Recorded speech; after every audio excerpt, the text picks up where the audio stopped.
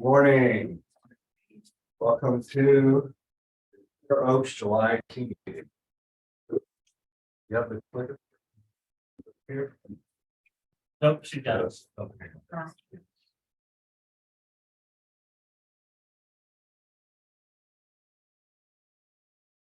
Thank you to our sponsor, David Goodwin from Kid Media. Thanks, folks. Thank you. Yes, me. I don't think I've ever met you in person. Have we? Nice to meet you. Good to meet you. Yeah. All right. TCPA law, TCPA liability. Make sure you follow that. We're gonna come back to having farming section today, so. Tell me something good. Who wants to go first? John, you're a special guest. Why don't you go? I recently came back, my family and I, was really, so, it was awesome there and, stumbled. You ever been to Costa Rica? It's great. It's like jungle and beach, right? So all at the same time. Yeah. Yeah, so, I highly recommend it. On the last. You have pics up on social media yet? Was that? You have pics on social media yet? No, I haven't. I do have a bunch though. Well, The monkeys tried. I've been to Costa Rica before, so I was much more prepared for the situation. Anybody else? Anything good? I had a very similar experience. We just came back from Oregon. It was a very fun trip. We managed to escape that triple digit weather. So we were like, awesome. Good time to spend with family. I think this business, you can get caught up in work and forget that, we work to live. And that's the point of everything. So it's good to take a break. It reminds me, a book was recommended to me yesterday. I think it's called Die with Zero. Is the name of the book. I'll have to look back on my notes. But I heard it's a really good book about living in the moment. God family business. Great motto, great motto. Welcome to the family. We do have some new agents here. Kiara Ward and Debbie Ruth.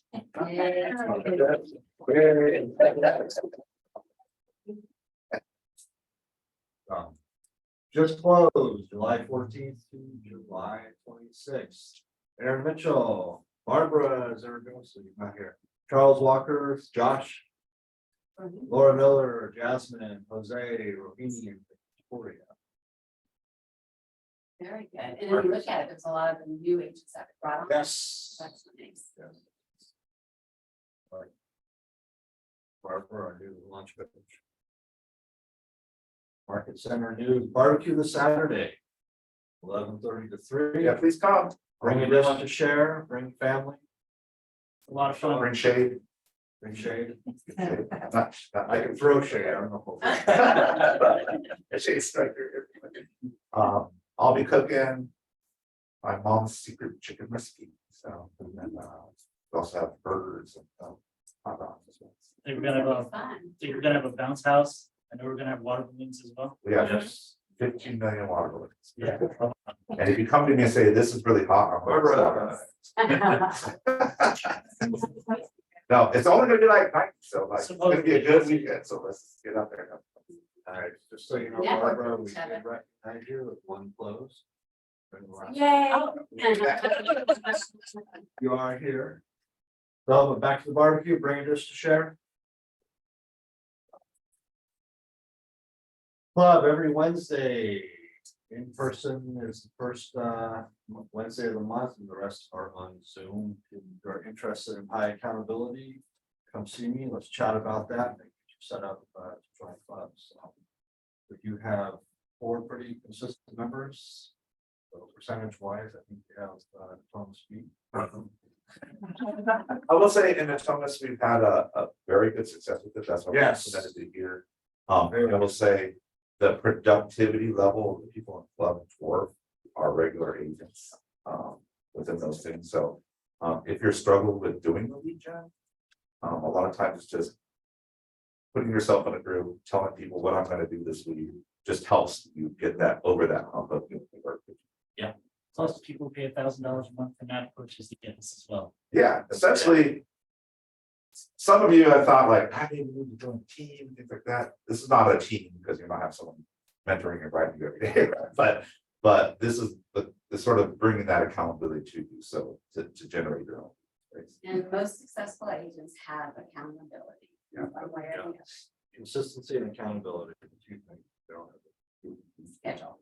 We stick with the schedule. Chat GPT class coming up August 3rd, 11 a.m.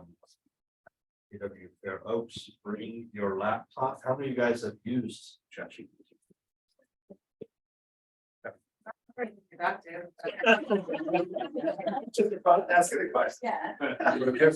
You'll see a lot of people complaining about, a lot of agents complaining about it on Facebook, making fun of it.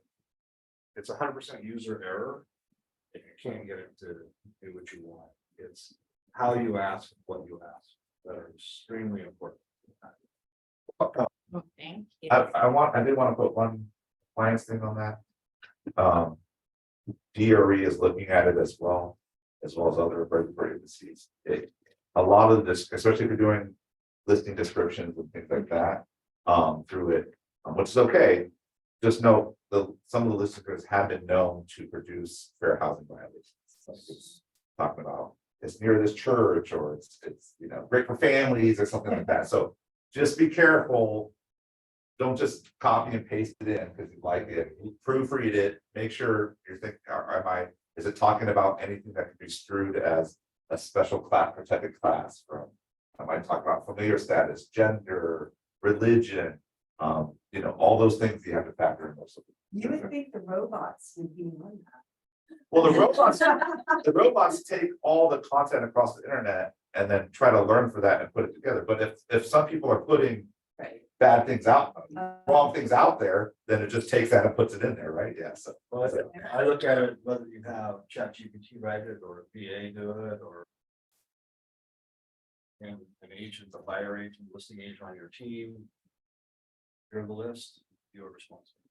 You should always review it. and even on my team, my personal estate team, our staff puts the listing in there. They always the comments playing, and they make when before it goes live, they actually writes a comment. Who's teaching the class? I don't know who that is though. She was the one that. Oh, okay, wow, okay, all right, I wasn't. Well, Yeah.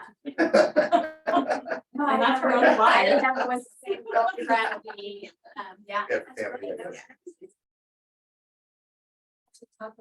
First Thursday's coming up. Next month, next Thursday, August 3rd. I did make a Facebook event group for it.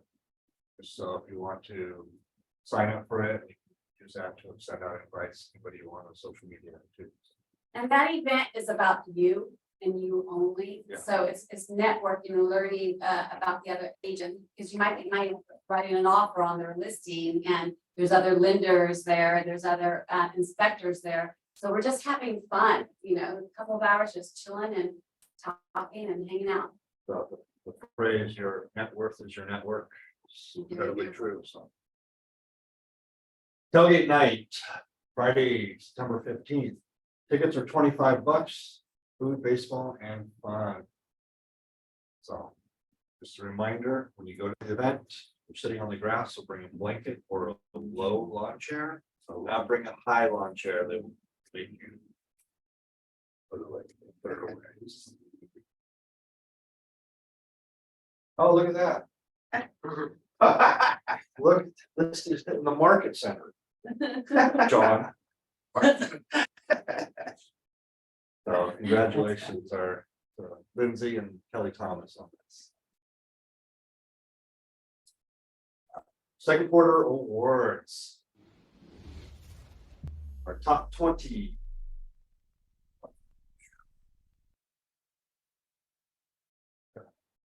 Thomas, the Unabomber. Gosh, I love it. I love it. Susan, 19. Jesus, Tyson, Lindsay, Joe, Jose, Marjorie,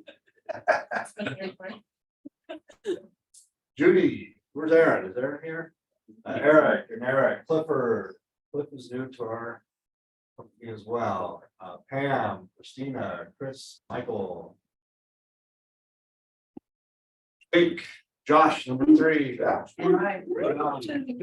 Jeremy. Lauren. Congratulations.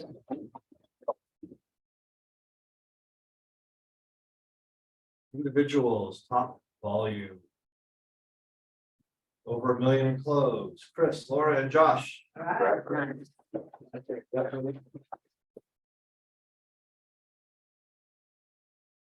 Individuals, closed units. Top 8, Jose, Mark, Judy, Eric. Chris, Pam, Josh again. Congratulations.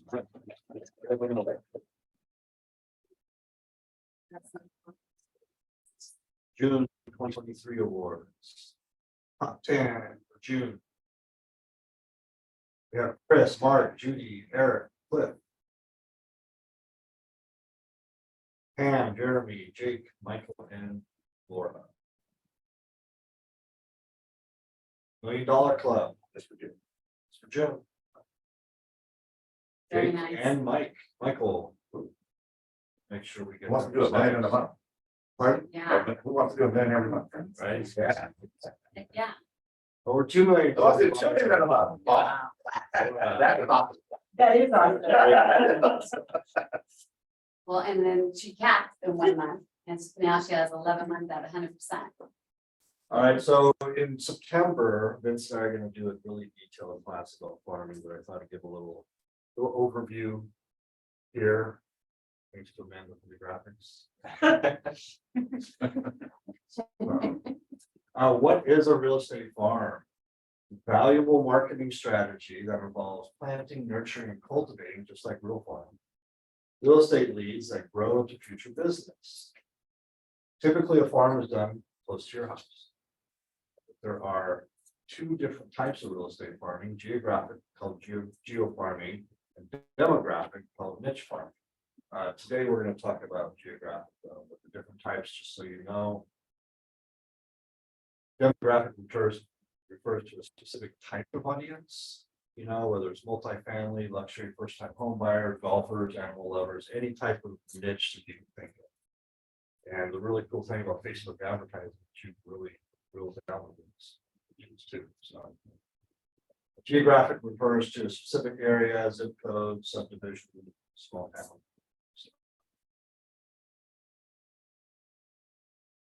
How to pick a geo farm. So typically people pick their local neighborhood where they live. 74% of sellers view an agent who is local or have neighborhood specific knowledge is very important. So if they have a choice between somebody who lives local versus an out of neighborhood area, they're 74% of the time they're going to pick the one who lives. That's why when I do a lot of my advertising for my farm, I call myself the Rosemont Realtor. I live in Rosemont. I say your family agent. You know, everybody has a family dog. And it also feels really crappy when another for sale sign goes up on your street and it's not you. Yeah. That just happened to me, and it was another agent from this office that is no longer with this office, and I was like, oh, really sad about it. So farm your own neighborhood so that doesn't happen, because she does not live in my neighborhood. I don't get sad about it, I get mad. Well, no, no, seriously. Trust me, I've had it where the next neighbor to me. Yeah. Without my. In I fact, lit a fire under my I butt. had my neighbor across the street. I knew the parents. Parents loved me, loved my wife and I. They wanted to list. Husband died. She ended up in the emergency room in ICU, long-term ICU. So the kids made the decision, and I didn't know the kids because they didn't live at home. They ended up losing my neighbor right across the street. If you live in the neighborhood, you engage with them. You know everything about them. You know about the schools, the restaurants, the local parks, that kind of stuff. You have connections in the community, you go to the same grocery store, probably use the same doctor or dentist. Run into your clients there. you can connect with prospects. Supposed to say, hey, you go to the same gym, grocery stores, you run errands, you see them out in the community, that kind of stuff. So. And typically, if someone is thinking of selling, you know. Very quickly, because somebody will tell you, oh, I heard so and so is thinking of moving, I heard so and so is, you know, they want to downsize, or so and so's kids, they finished high school and go off to college now. Turnover rate, so typically. Supposed to be 6%, sorry, I love. 60%. 60%. Area. So it's supposed to be 6%. So all the experts say you need a turnover rate of 6%. I can tell you firsthand, in 3 counties that surround us, Sacramento, El Dorado, and Placer, very few neighborhoods have a 6% turnover. There's one slice through Anatolia that has 11% turnover rate. And I think the vineyard in Elk Grove has a 6% turnover rate. Everybody else is under 5. So just sometimes you have to throw out conventional wisdom when you go to. And I want to know, not just, going off of this. When I was doing my business, when I finally said, hey, I want to like sort of be a realtor here, right? Yeah. I chose to tell this because I looked at the turnover. Yeah. And I found the turnover rate was high because we tend to be in the middle. It's not usually your first home, it's your second and third home, but it's not your final home. So we had a lot of people coming in and leaving the community, so the turnover rate was really high. And so that's why I chose that community, because I chose it based on turnover rate, because I know there's a lot of transactions that happen. So a lot of people farm where you gotta look at that. When there says I want to get about farm neighborhood. Well, if you're in a destination neighborhood and everyone's living there until they die, you get like a 2% turnover rate. So You're gonna struggle. that's funny you say that. When I first went to Sacramento 12 years ago, I lived in Land Park. Love. Yeah. Such a Yeah, it's great neighborhood. Yeah, The only problem is you don't leave it once you die. yeah. So I put all, as a new agent, I put all this money to advertising for Land Park, Curtis Park area. I love that neighborhood. I knew everything about it. Kids go to school there still, and but the turnover rate is just so low. And because there's low turnover, high price points, you get a lot of trend data that do a lot of competition through years, yes, on just a few listings, right? And so it's just think about where you're looking. If you, and even if you scout a neighborhood where there's turnover rates high, but you see someone that's 30% of the market share, 40% of the market share, just know you're going to have to overcome that, or at least match that to get that neighborhood. So when I look at neighborhoods, that's why I like certain neighborhoods, because they'll have, if you look at certain neighborhoods, it'll be 5% turnover rate, but no one has any control over it. It's 100 different agents doing it all great. There's room for someone to move in and take market share. Correct. And that's one of the things we'll be going to in depth class. But yeah, absolutely right. You gotta look at that. So how many houses do you need? Anybody have a guess? How many houses should be in your farm? 1,000. Anybody else? 200. 200? 350? 350? How much? 500. 500? So the old conventional wisdom is 200. But that was before the onset of technology. And if your turnover rate is less than 6%, it's 200 houses really. You want to talk? Oh, I was gonna say, so I don't know if you guys have heard of My Likely Movers. It's a program that you can farm and get your list, and then you put your farming list in the program, and it rates each house. And it actually alerts you when the turnover rate is where it should be for you to contact the seller. And when it would be most advantageous. It's actually a really interesting program that I was paying for and actually had no idea what it was doing. So I finally learned and I'm finally utilizing it. And so yeah, it's been pretty cool. My likely what? My Likely Movers. Predictive analytics. Yeah. Is a great tool. We'll get to that. And I'm gonna, if you haven't listened, that's a great tool. I would say, just so you know, this is down the road with the Keller is investing in and not heavily into predictive analytics. They are putting a whole database of the entire United States together and then putting the predictive analytics on top of that, so then there'll be offer dates. So the program that Lindsay was talking about, you could actually get a discount through car. The actual program outside of car is called Reevaluate. Yes, yeah. So if you go through another, like in this case, I believe Fidelity came through and talked about it, they do Yeah. their program through Reevaluate, but if you're part of car, you can sign up and get like the $5 discount or something, and it's same company, but it's called My Life. Thank you, because it was kind of confusing. That's why I was like, wait, who's billing me and where do I log in and what the heck is going on here? Because it is through car, yeah. So I like to tell people you need about 800 to 1,000. If you're going to do actual mail piece, you're going to narrow the chunk out of that down. It is expensive to do mailer, especially if you're starting. So, but with the onset of technology, like I live in Rosemont, it's 8,000 houses. I have the emails, everybody lives in Rosemont, and they all get a marketing piece from me by email. These ones. But when I had to break in and do actual mailers, stuff like that, I took the houses on the 2 main streets that cross each other, so if my listing sign is up on one of those streets, no matter where you live in Rosemont, you're gonna drive by. So I took those houses, there were 200 of them. Those are the ones that I heavily focus on with additional content. Price point, one thing to keep in mind is price point. Are you picking a neighborhood where they're $1 million homes and they typically take longer to sell?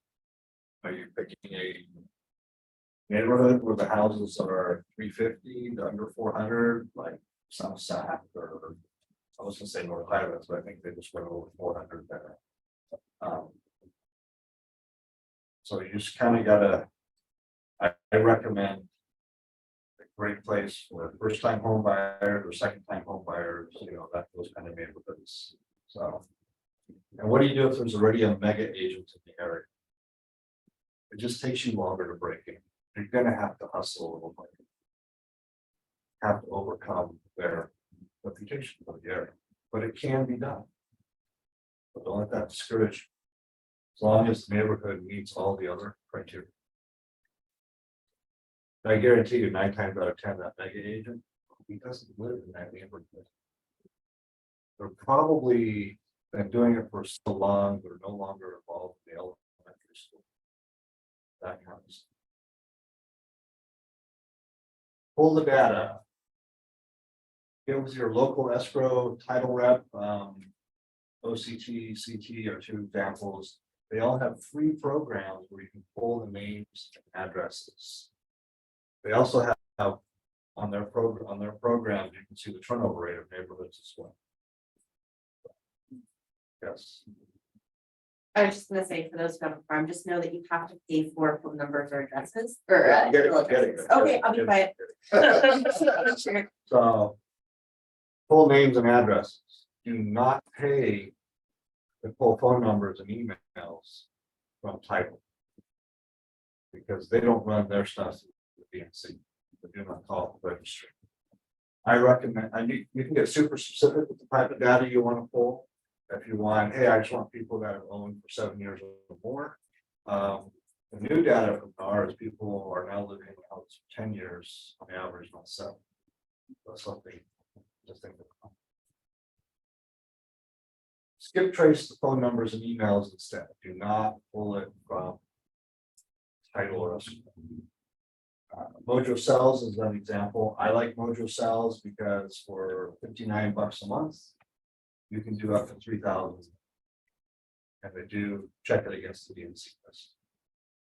So I have found on average, 60% of the phone numbers are actually on the DNC list. A lot more phone numbers are on there than you realize, so make sure you run it against the DNC list. You might want to tell that story about the region. what Yeah, happened. okay, we'll get there. So, story about me. I hired a lead generation company. Generate leads in the Sacramento area for me.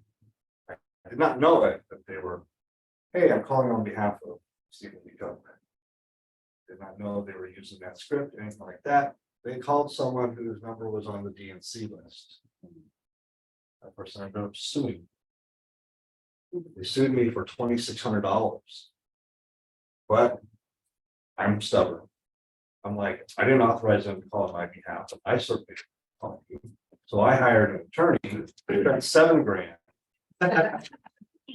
But you. but I won. He dismissed it with prejudice, which means he can never sue me for that again. This guy is a local broker. His name is Mark Ossaker. So do not ever call him.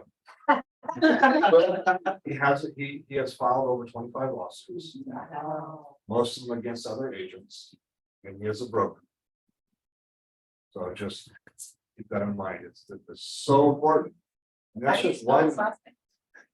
AUSSE something like that. He probably does. If you look at Well, lawsuit, why would he? So lawsuits. no, so if you look at lawsuit against my name. He hasn't sold since 2018 and he got in trouble with the DRE for hard money loans back then, so. But still, if you're a broker, come on, operate at a certain level of integrity. Yes, let's just talk about that. And at the regional thing also, Michelle mentioned, he sued a lot of other people within Colorado. Pardon? It's got beef. I think that's how it makes it living. That's how it is. He's doing. Yeah, they ended up. I was in the thinking the fire. same thing. What a horrible person. That's how it is. Yuck. So I found out real estate was too hard. Goes around, comes around. Yeah. The suit was for $40 million. KW paid that out. Really? Are you serious? That's right. Yeah. Yes. Does E&O cover DNC lawsuits? I don't think that's a fact. Does E&O cover DNC lawsuits? It's not related to a specific transaction. Errors and omissions. It doesn't have to be related to a transaction. You can go and fraud someone and not do a transaction. Yeah. It's about errors and omissions of the DNC, A&O will cover it as long as. Well, I'll say this. A&O will cover it as long as. The brokers has proper training. That's why we mentioned it. That's why we. Right. That's why it's easy to get it. You see it come up, so we can say, We oh, we spoke about it. guy out there right now. It's got two and I'm. Some important touches. So the first 8 weeks to break into a farm area, you want to do an 8x8, which is 1 touch a week for the first 8 weeks. Reminder Media, it has a cool 8x8 postcard campaign. I think I sent out 250 postcards for $77 a week, and I could redo each one how I wanted it. It didn't have to all be about real estate. I had some that were recipes. I could be surprised how many people keep a recipe postcard. So we have an agent in our office, Dexter, who's been farming his neighborhood for years, and literally they ask for his postcard because he puts a recipe on. Yeah. It's like a recipe every time I want to. Every single time. Yeah. And people ask them like, I lost September. Right?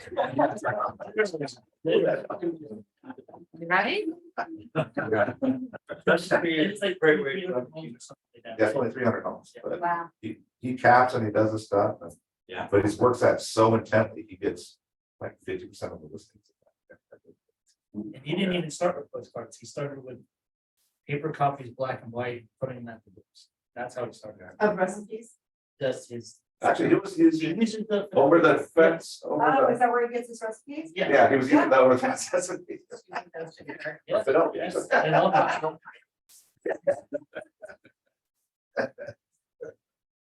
The next 8 weeks, 1 touch every other week. For the next 8 weeks, and then after that, 1 touch a month. I like to do 1 touch every 3 weeks, just so I get something extra in there. Every year, so. What constitutes a touch? Mailers like postcards or letters. Direct mail. Door knocking is a touch. If you door knock, please, dress appropriately. I'm 6'1". 250. Tattoos. I don't go dressing, door knocking in a t-shirt. Dress like this. I don't recommend two guys do it together. Two women or a male and female. If you're a woman who does it by herself, please take safety. Possibly wear a name tag, because I've seen on like Nextdoor and other groups, like this person is going door to door with like a picture of their face through a window, because people are really skeptical, people knock on doors these days. So if you have something identifying you as a realtor, they'll know that perhaps you're not somebody who's going to assault them or steal them. Branded polos, like John has on. Very disarming. Yeah. Door hangers, I absolutely love those. Because if you do a mailer or a postcard. Most people go to the mailbox, which usually isn't on the house, it's probably in the center of the street, a bunch of them, in the center of the block. What is between the mailbox and the front door? Garbage. The garbage. Stuff doesn't make it in the house, unless it's a recipe card. Door hangers, you gotta take it off your door to go in the house. I love door hangers. Coin Starks has Take One Marketing. I absolutely love Coin. He will print and hang them for you. And he has a GPS tracker on all his guys. You can actually see them at work. So I love Coin. And if you're gonna walk door to door, all the home warranty companies have for free. There you go. Emails. So let's talk about the Can Spam Act. If you are going to send cold emails, people that have not, let's say you pulled the phone number and email list, skip tracer program. If you're going to send a cold email, they did not opt in or subscribe or give you permission, you have to follow the Can Spam Act. You have to have the ability for them to unsubscribe. You have to have an actual physical address of where your business is located. And your emails have to actually be what the subject line is about. You cannot do any forward or regarding or anything, the RE as a, like you're responding to an email. You can't do any of that with Can Spam Act. But make sure you follow Can Spam Act, which you're sending cold emails. I typically start out with. I had clients looking in Antelope. My subject line was meat house and Antelope. First line of the email was, this is a cold email. You can unsubscribe at the bottom if you like, but I think you're going to want to read this first. Very upfront, this is a cold email. And I had very little, I think I only had 3% unsubscribed out of 2,000. Didn't get a listing on it yet. So. It's the beginning. So, connecting with FISBOs in the neighborhood. Red X is great. Jackie Kravitz on YouTube. She's really great talking about how to deal with FISBOs and expires, stuff like that. But you want to bring value to it. If there's a FISBO in my neighborhood, I call it up and say, hey, you know what? I think I might have a client interested, or if I have a client in the future that's interested, I'd like to preview your house. I can go over and preview your house. And I just build a rapport with them. I don't pitch myself to them or anything like that. I just say, hey, me, anything let me know. You heard out. I don't actually do any real estate work for them. Because I run a business. You want free stuff that's available to the public, sure, I'll help you with that. Just remember, you run a business. Social media, local Facebook page next door. So I live in Rosemont, I belong to the different Rosemont Facebook pages. I was a sponsor of Nextdoor for Rosemont. It's not cheap, $250 a month or more, but I did get 2 listings out. I also stopped being a sponsor of the Facebook page. There's a local Facebook page, like Nextdoor. They just allow anybody to pitch their services. It doesn't matter if you're the sponsor or not, so just be prepared for that. I got pretty snippy with some agents that didn't even live in Rosemont, and I was like, hey, you don't live here, and I'm the actual sponsor of this, real estate sponsor of this page. And I made sure everybody knew that. So they would choose me instead of somebody who didn't live in the area. So just keep that in mind. You do have to protect your territory.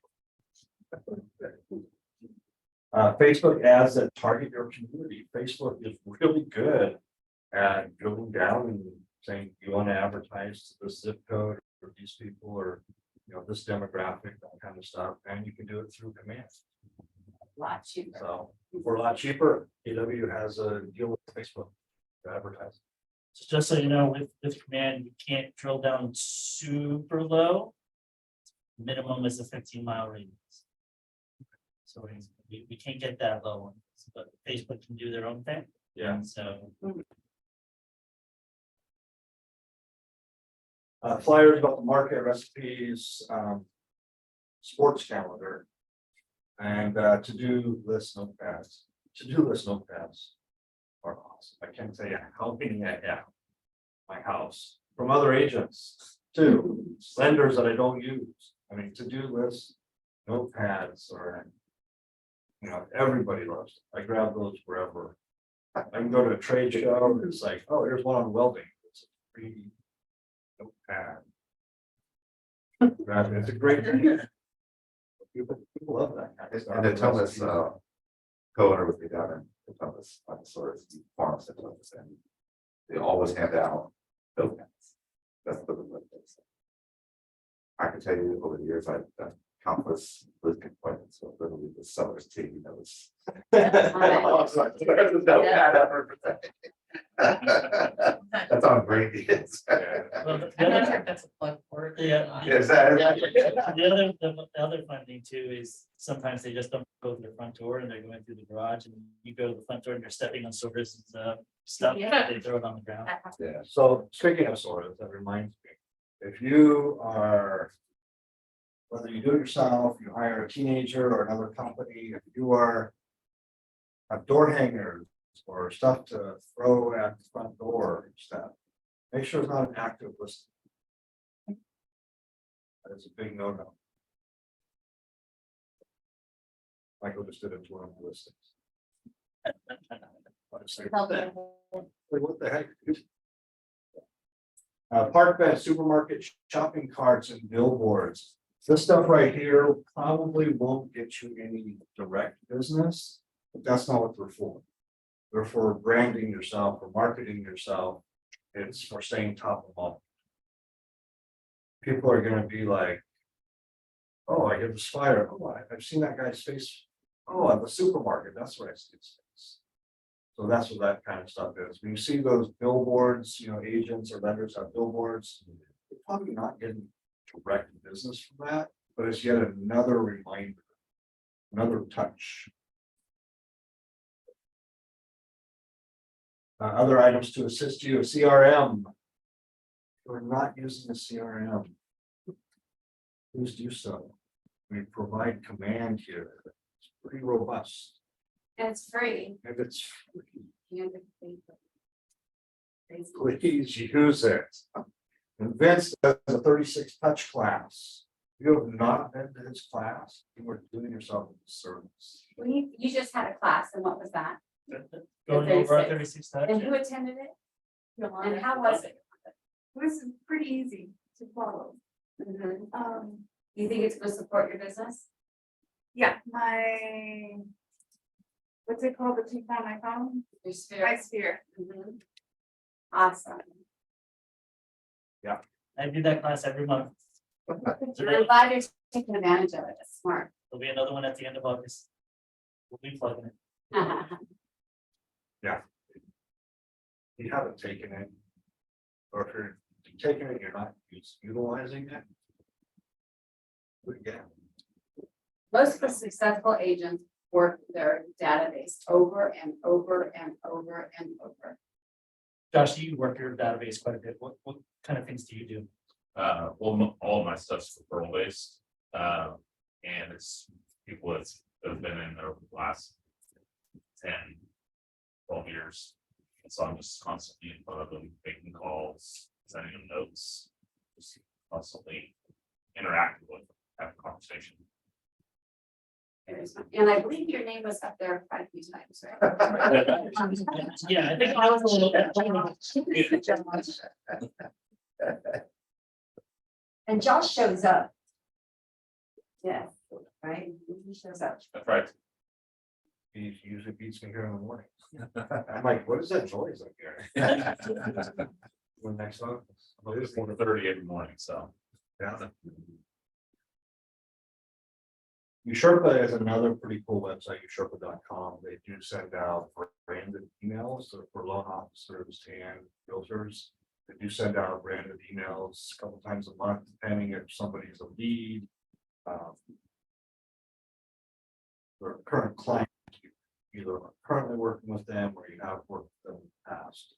That kind of stuff. They send out a branded to you market video every month. In fact, I think June's just came out this morning.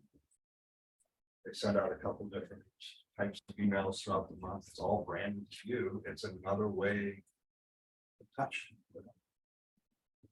It's I think $24.99 a month. And you can have up to 3,000 people in their CRM, so you just upload the emails that you want. They also give you a ranking of who's most likely to sell, who's watched it. Going back to the beginning, talking about the 8x8, Reminder Media has that. Reminder Media will also take your people and rank them as who's most likely to sell as well from predictive analytics. Analytics. If you have not utilized predictive analytics, it's a great tool. At least let you know who to target. If you're like, oh, who in my database do I need to reach out to and stay in front of a little bit more, maybe instead of every 3 to 4 weeks, maybe you want to put those people every other week. You can create your campaigns in command as well. I love technology. It doesn't replace the relationship part of it, but it allows you to do more. It allows you to leverage your time. And when someone responds, you just jump right in and take over the conversation. I know some of this farming and because mailing is expensive, they door hang to the neighbor, but then they mail to the only to the particular. To keep it there. Yeah, so when I go door knocking, I have something of value to provide as well. During our class, we'll talk a little bit more about the scripts.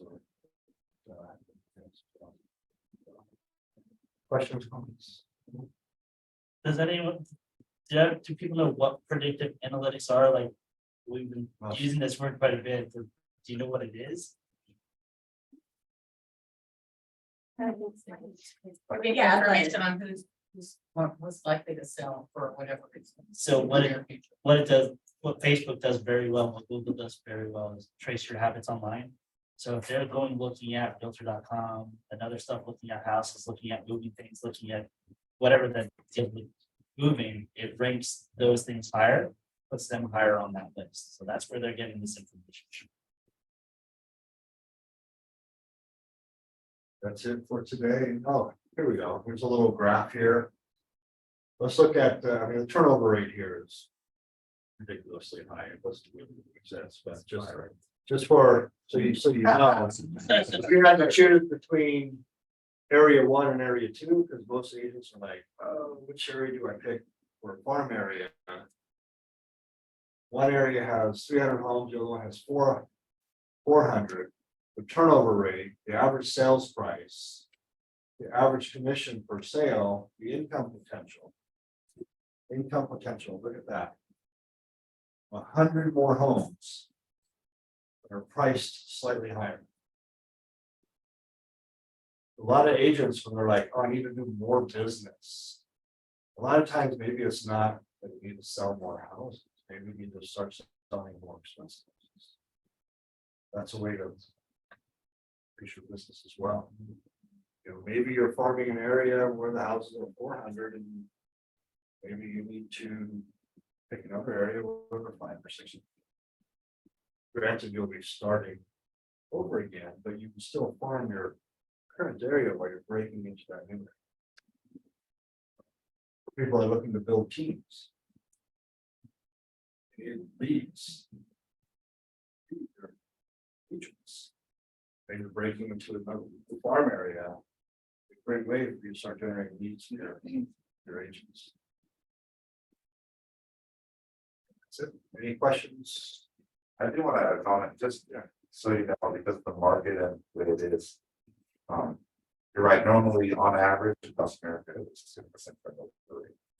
6% people sell their homes. On average. Because the market is really harsh, through the first 6 months of this year, it was at a 2%. It was a lot down, so if you're looking at a farm for a good rate right now, and just went back 6 months, everything will look bad, so. Go back a little bit farther, like 2022, try to get a picture of the rates, right? Just take it in your history, because you can kind of see, if you do COVID years, it's probably an inflated rate. If you do pre-COVID years, it's probably something more normal, something 18, 19, 20, you're probably gonna see a more normal rate. Correct. There's a really good video about this and what he's talking about on Pivot Shift Ahead, that Facebook group. I highly recommend every single one of you participate in that. It's a Keller Williams based Facebook group. However, it's opened up to everyone. And if you do a search on there, it's very easy to find different topics that you're looking for. And there's a ton of resources. And Christy Miller actually did a video on there about presenting something like this. So September, it's now will be offering this class, will be two 1-hour classes. Awesome. Depending on. Where we go. Interested in farming, breaking out, doing more business. Get it done. So side note, I just want to throw this out there. I'm just curious other people's opinions. It's getting harder and harder to secure a 0-point loan right now. Banks are charging 1%, if not more, to recoup money. There's a lot of people that believe that rates are going to drop to mid to high fives in 2024. So that's why banks are charging points up front, because they believe everybody's going to refi in 2024. I'd like to know what everybody is here. When you have these conversations with their clients, when you talk to your lenders, anybody hearing? Well, how long did it stay at 7%? Last time it was at 7%, because when you look back at the national average, I think like when they go back 20 or 40 or whatever years, somewhere between 6.5% and 7.5% is the median. Right? So how long was that market? Right? Because that'd be a question I'd ask. Like, how long was that market? Because I would predict that when we get there, going up is easier than going down. So when we get there, I would think it'd be a struggle to take that. Putting the genie back in the bottle is always hard. Yeah. I will say there is a national debate amongst the lending side. Most of the millennials, with the largest group, are moving into being primary buyers. So they're going to be, especially the next 10 years, the vast majority.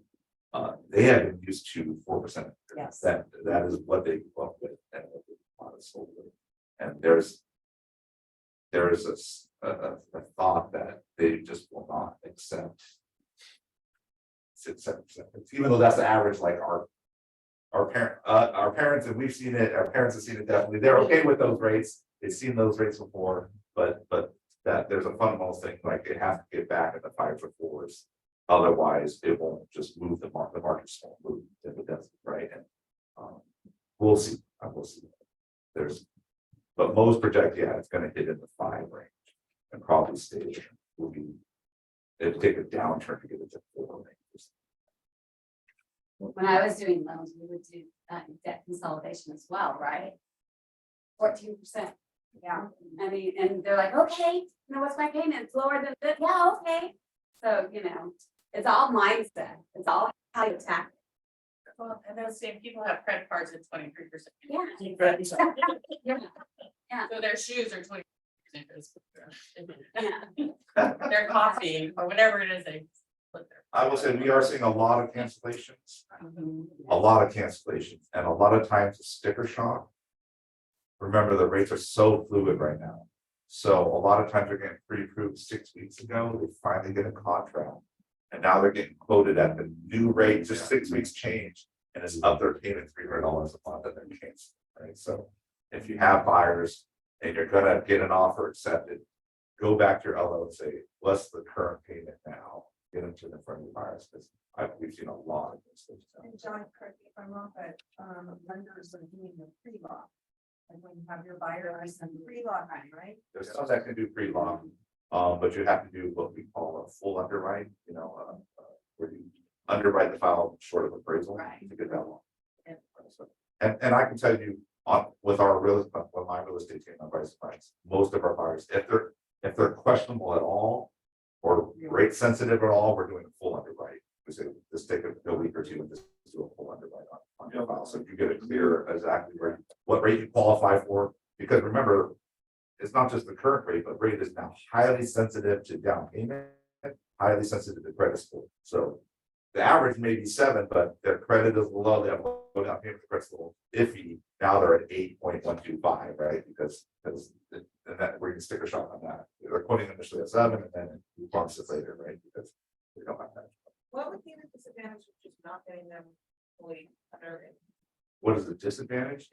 If why not? Well, I would tell you, I think agents just think they need to go faster, right? They just want to go fast, right? As a listing agent, when I have 2 offers that are pretty comparable, and one's fully underwritten, that's the one I'm gonna advise my clients to take. Yeah. Well, just coming from the Bay Area market, I feel like a lot of the agents there, just to have an edge over, and they're not in appraisal anyways, but they have the, the difference, right? So I'm just wondering why you just wouldn't, like.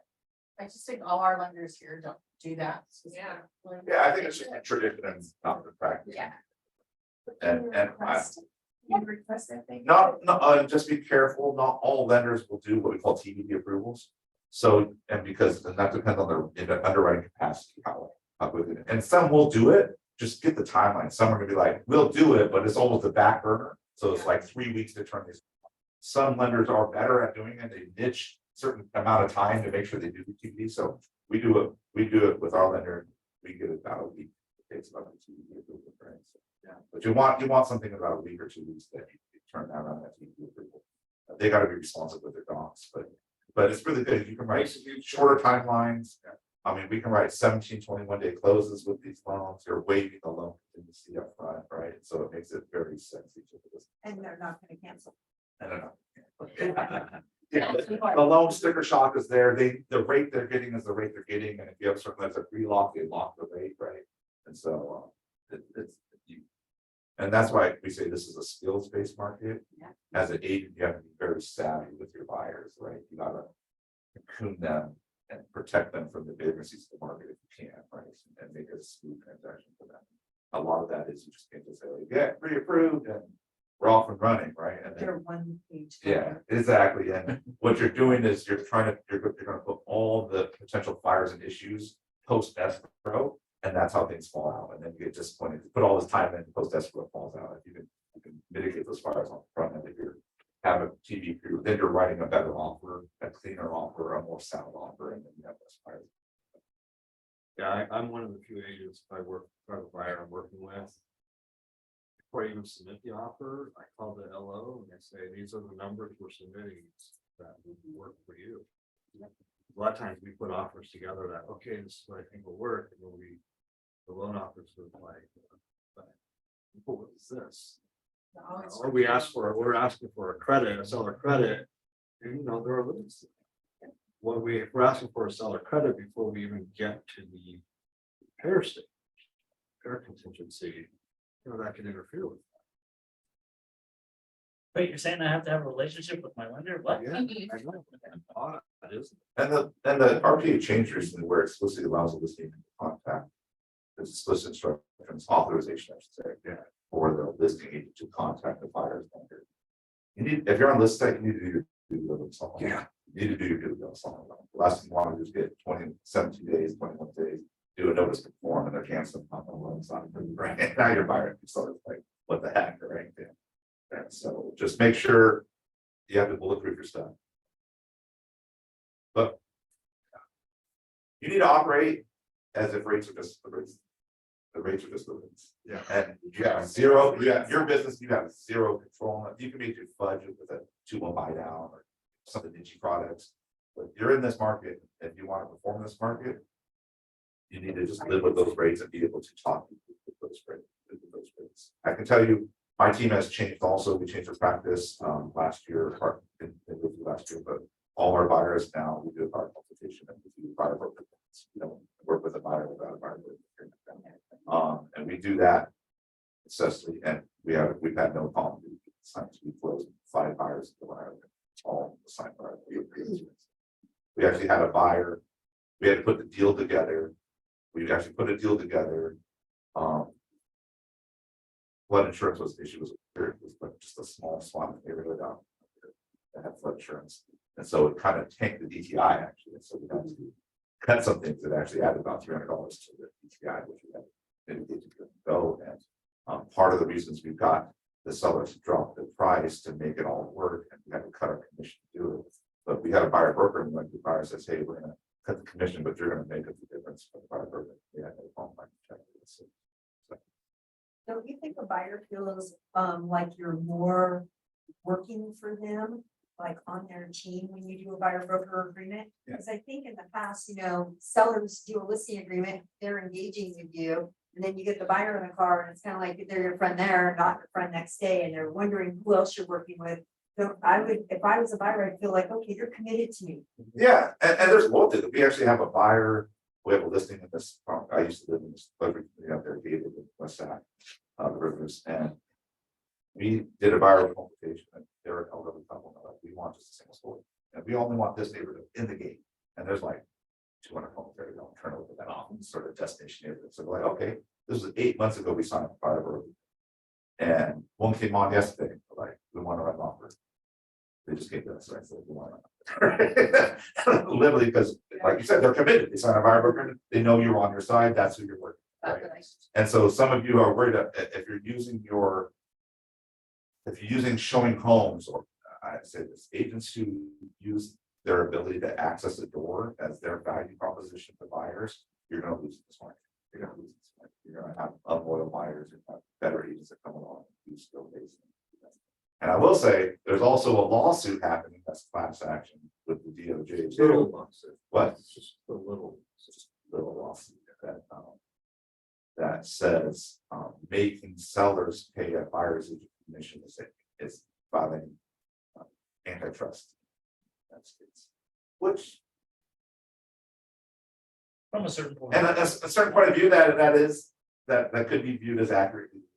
And so there might be a world that is soon where buyers pay your commission and sellers pay their own commission. Which is the rest of the world, being honest. Yeah, with the rest of the world. So you're gonna have to get good at convincing a buyer to write a check to you to help them purchase a home, right? So.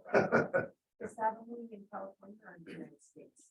United States. It's the full United States law, and it got certified class action recently. Also, the DOJ is in a lawsuit with NAR and various other brokerages as well over this antitrust clause. So it actually, the MLS that covers like New York, that area is called Bright MLS, actually changed their MLS to make it optional to put a buyer commission in place. So. Yeah, so that you have to put a listing commission, you don't have to put a commission in there for the buy side, you can put it, buyer's agent must collect this commission from the buyer. Yeah, so if you're wondering how to do real estate, if and when this change comes, look outside the US. Keller Williams is international.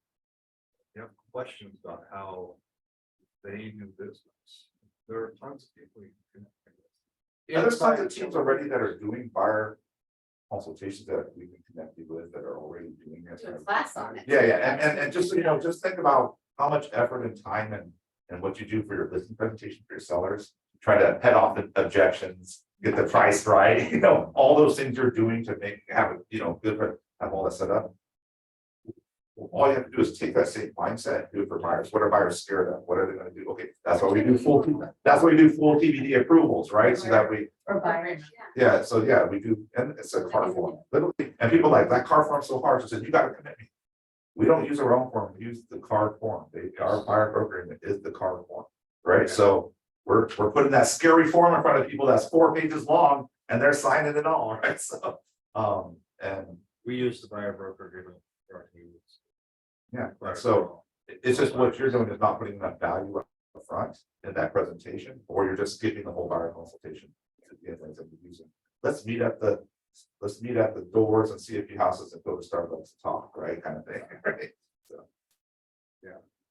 Yeah, the cool thing about the buyer broker agreement is it addresses the commission issue right there. There's a lot of like open door offers, what, 2 or 2.25% commission. Some I'm starting to see less than 2%. A lot of, so you can address that with the buyer broker agreement. And one of the things when we meet with buyers, we work in this industry. We know what happens next. We know the next step. We know this and that. But if you present the actual path, like Breakthrough Broker has it on their website and you can brand it to yourself. It literally lists the steps like the game of life. If you guys remember the game of life, no, maybe I aged myself. But it literally lists the steps of the entire buying process. Man has a guide as well for both the city and buyer side as well. Okay. There you go. and we can do a training on that. Yeah. But we go over the steps. We used to do much more in depth at the buyer consult on the steps. We found the buyers just forget it. So we really just kind of focus on, here's all the steps, here's the next steps, right? And then we spend a lot more time on report, on understanding their lifestyle, understanding their goals, understanding their family, what they're trying to achieve. We spend a lot of time there, and that usually just. All that should be part of your. Well, no, everyone does like how many bedrooms you want, how many bathrooms you want, where do you want to live, those sort of things. But they're not going beyond that. Like, why do you want a 3-car garage? Yeah. What's the point of that? And you say, I have just, I like doing wholesome Lincoln. Okay, well, that's a lifestyle issue. Have you thought about this neighborhood, because this neighborhood you're looking at, there's very few but this one, you may have not thought it has a lot, and it's actually a little bit lower price point, but if we get a house of high quality, it might work for your family, right? And so you can start giving advice that goes a lot longer than just like going off the checklist. Why. And I have a listing presentation where I know they're gonna buy as well. I probably spend 90% of my time talking about the next chapter. 10% of the time, okay, well, in order to do that, we have to do this, so let's get this. And they already bought into you representing them, they've already signed the buyer broker agreement before they sign this. people don't sign on logic, they sign on emotion. Yes. So just remember that. So we do our buyer consultation to keep them in that emotion, which is their dream house.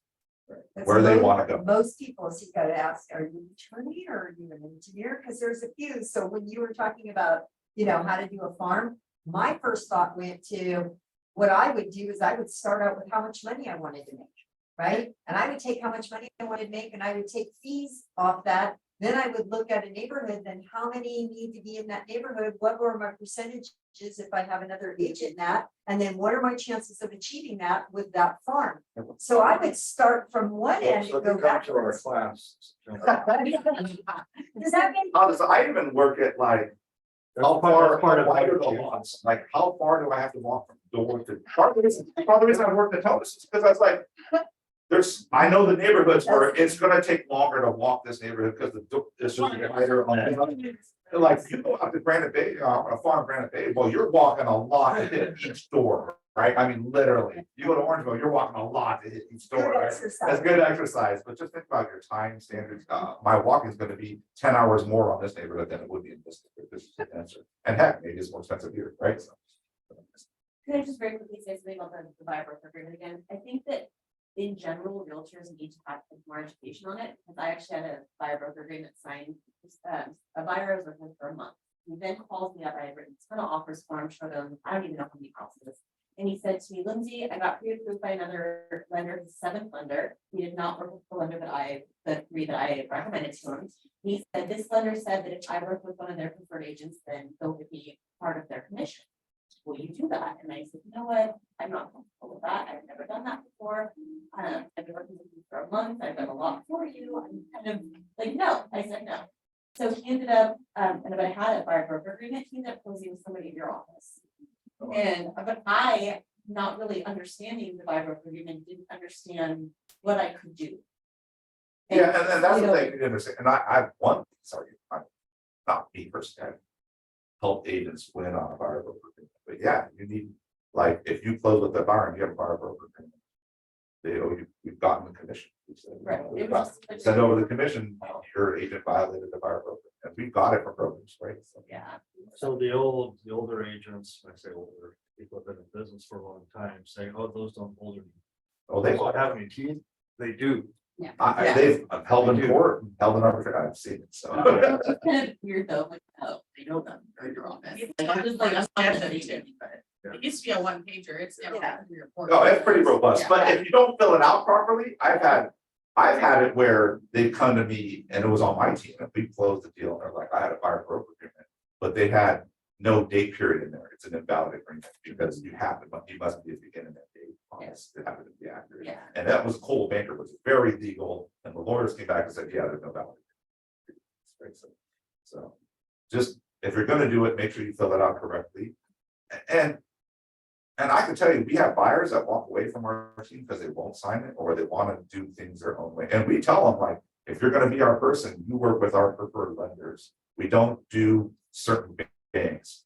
We have a notorious time with Bank of America closing on time, notorious time, right? There's certain lenders we just say, we won't work with, and if you're stuck with that, then we're not a good match, because we want to make sure you have success rate on closing, and that means you work with lenders that actually give you, we're gonna work with lenders that give you better pricing, that don't charge points to get this loan done. If you refer them to someone else, that is, if What's that? you refer them, like if you want more for them, you refer them to. Sometimes we'll say, hey, if you want someone, and then we've had someone, I'll get someone to discount my, or rebate my commission, I have this one, I was like, I'm happy to refer you to another lender that will do it. I have agents, there's agents in the office that their value proposition is reducing their commission, right? And if your value proposition is, I'm happy to refer you to the agent that would want. That's not the clientele we want to work with, and there's plenty of clients that are gonna, there's more than enough clients in Sacramento that want to work with us that value that service. Right? And so, and if you're chasing it based on money, then you're gonna have, but yeah, I really referred it like, here, I have another agent meet with you that's willing to work with you and spend that time, that will not, that's okay. Anytime I've reduced my commission, then the worst transaction. It's not worth it. I won't. Yeah, and just think of it, they're like a FISBO, they don't value you. They just view you as a tool to open the door. That's My really job what is they to want. negotiate on your behalf. I'm the specialist. You think you can negotiate my commission down? I'm the negotiation. I'm the specialist. So I don't. And I can tell you, I've actually had my assistant operations track this. We have an 83% rate of getting 6%. So, and that's 3.5, 2. So bring value into your presentations. Thank you for coming today. I appreciate it. John, thank you for being our special guest today. Josh, thank you for coming. I appreciate you as well. So, all right, that's it. Thank you, everyone. We have food out there from our sponsor today.